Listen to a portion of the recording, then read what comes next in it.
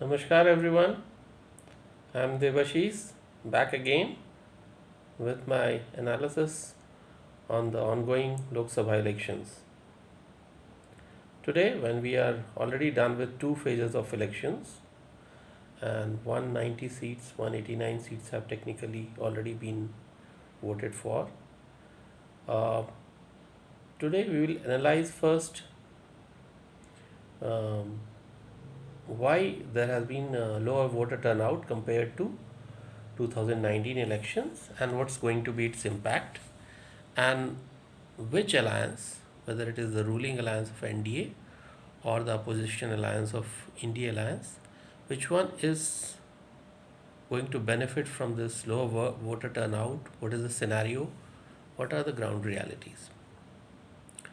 So let's get started. First of all, when we say lower voter turnout, then who should get worried? Typically in the first two phases, you know, voting has been around, in first phase around 62.5%, and in second phase 60 plus 60 to 61%.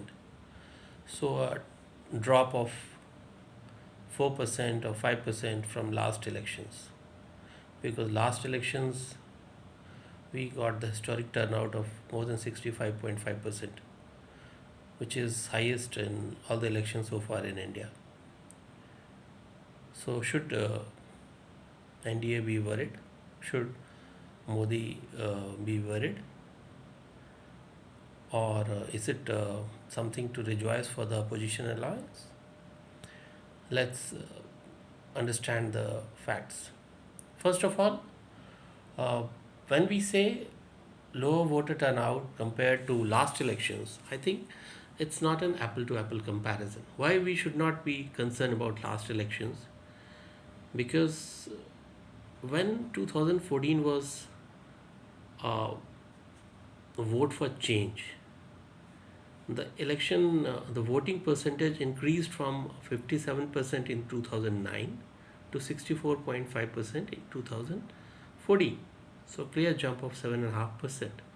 So that was a vote for change, as we say, leher in the voting parlance. Again, after 2019, maybe the governance of NDA or Modi ji was liked by the masses. So even on that higher 64% plus voting percentage in 2014, still went up by another 1.5% to 65.5%. But this election, most analysts say that only inquisitiveness is how many seats NDA will win, because the results are almost a foregone conclusion that yes, the same government is coming back to power. So in that case, if at all we should compare the percentage, we should compare with 2009 elections, not 14, not 19. Why? Because in 2009 also the UPA government was voted back to power. After 2004 they came to power, and then 2009 they were voted back. So if with 57% voting they could get the confidence of voters and come back to power, then with 62% or 63% voting, should NDA be excessively worried that they cannot come back to power unless it crosses the voting percentage of 65% or 64%?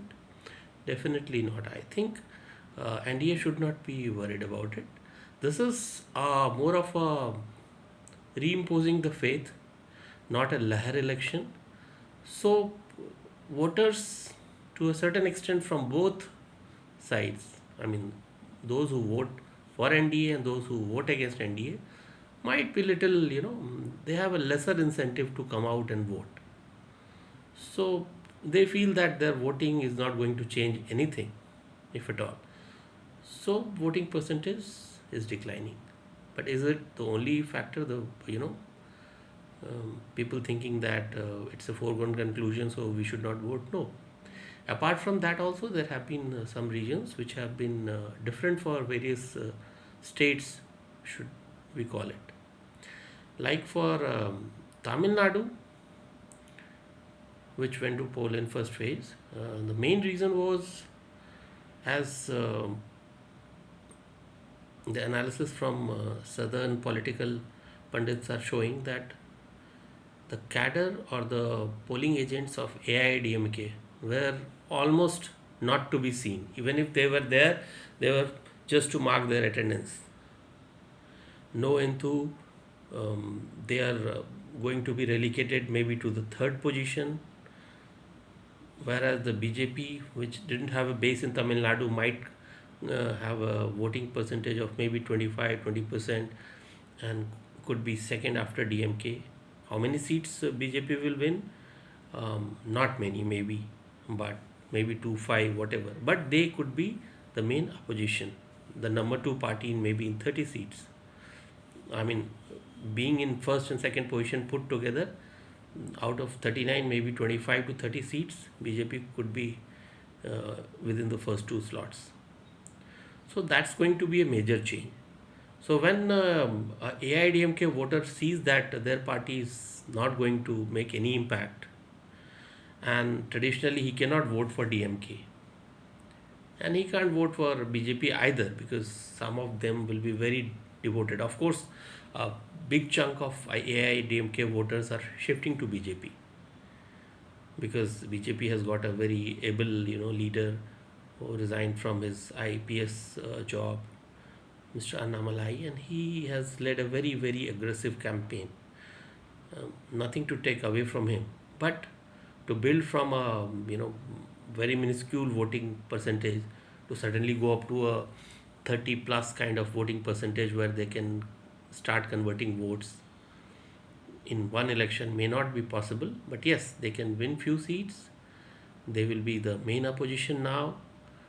Tamil Nadu is moving away from Dravidian politics, which itself is a watershed event. So for Tamil Nadu, the voting percentage going down is more because AIDMK voters are not to be seen, and it's a the low even DMK voters are disillusioned. Those who felt that they are labharthi of prime minister schemes, then some people who are still religious, in the lower strata of people, who feel that the vicious campaign against Hinduism by DMK, which is their political strategy maybe, but they felt that with that kind of strategy, they're getting benefit of Lavarthi schemes, and they can't go for voting for maybe DMK. So they also have stayed away. So as it is told in Tamil Nadu, that this time apartment voters are coming. The colony voters are not coming to booths. This is the language of polling agents covering Tamil Nadu vote. I mean AIDMK and DMK agents. So the lower strata people are, even there is a report which I heard that out of 39 seats, maybe more than 20 seats, DMK could not even distribute. Typically the lower strata are given some money, 300, 200, 500 rupees, depending on whether it is an assembly election or a Lok Sabha election, to vote. People did not come to take even that money on 2 issues. One, the Labharthi, and then this Ram Mandir and this anti-Hindu plan. They felt that let's not get the curse of God for the sake of few hundred rupees. So stay in home, don't take money, don't vote. So this is for Tamil Nadu. For UP, while people are saying whether BJP voters are not coming out, or the opposition voters are not coming out, the issue is that it's more of, again, the Ram Mandir is a big issue in UP. So many people who are wanting to not vote for BJP but are in their belief they are Hindus, they feel that they cannot, they better abstain. So they are not coming out.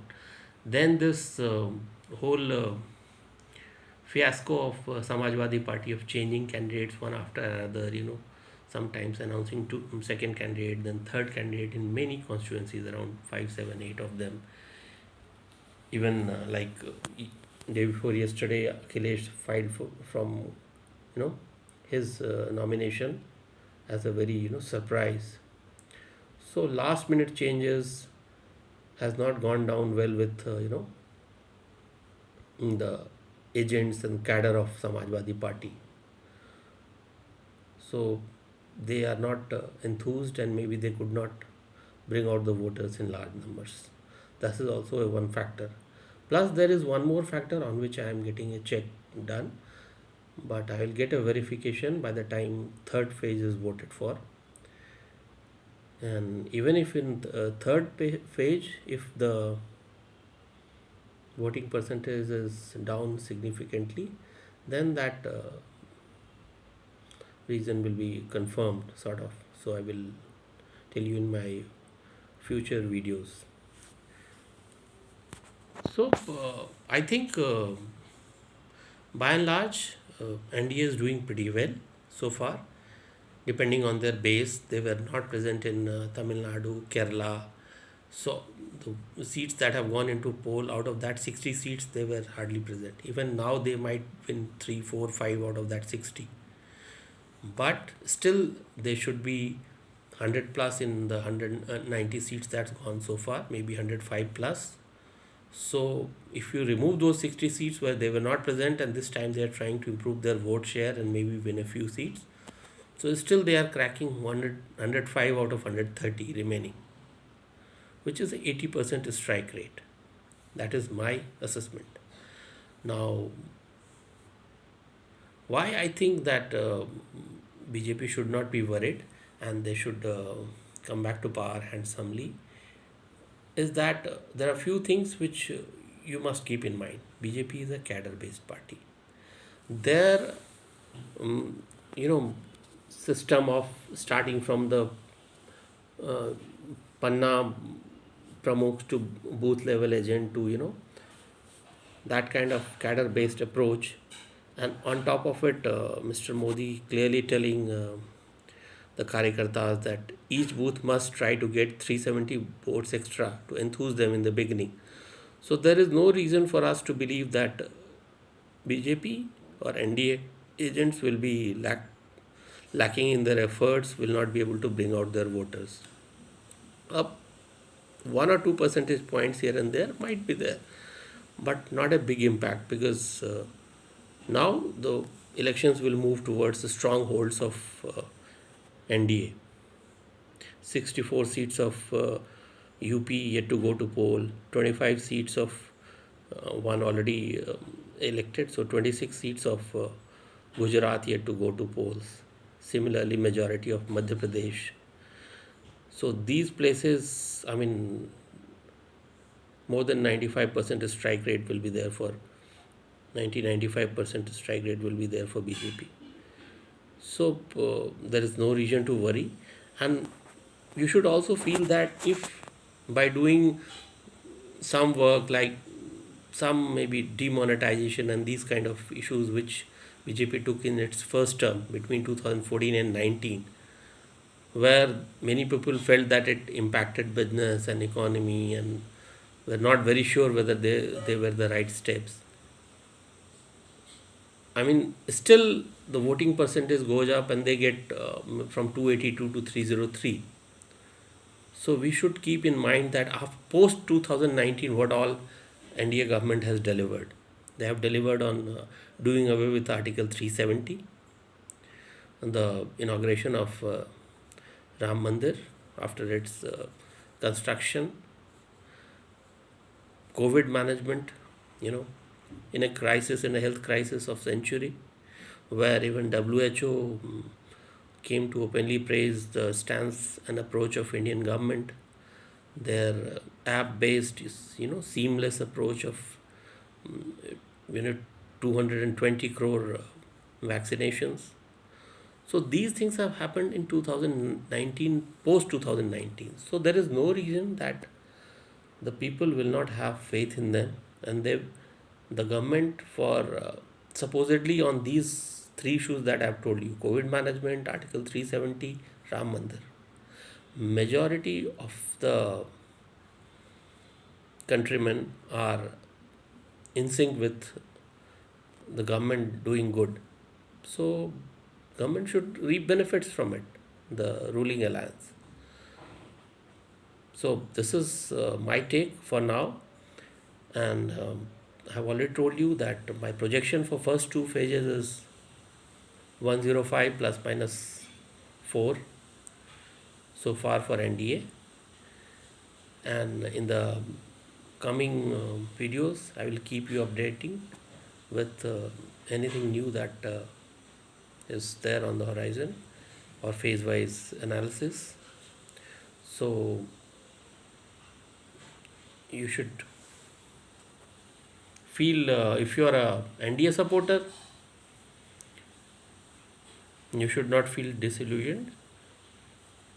They are coming back to power with decent ease. And if you are a voter which is not supporting this government, then as Congress, internal sources reveal that even Rahul Gandhi feels that they are in a long battle to gain popularity. So, which will not happen in 2024 for sure, 2029 maybe. So, we should not lose hope that one fine day, you know, NDA will be thrown out of power, but not for 2024. And all of you are requested to subscribe the channel so that you get notifications in time, and my next video will be of some use to you. Thank you.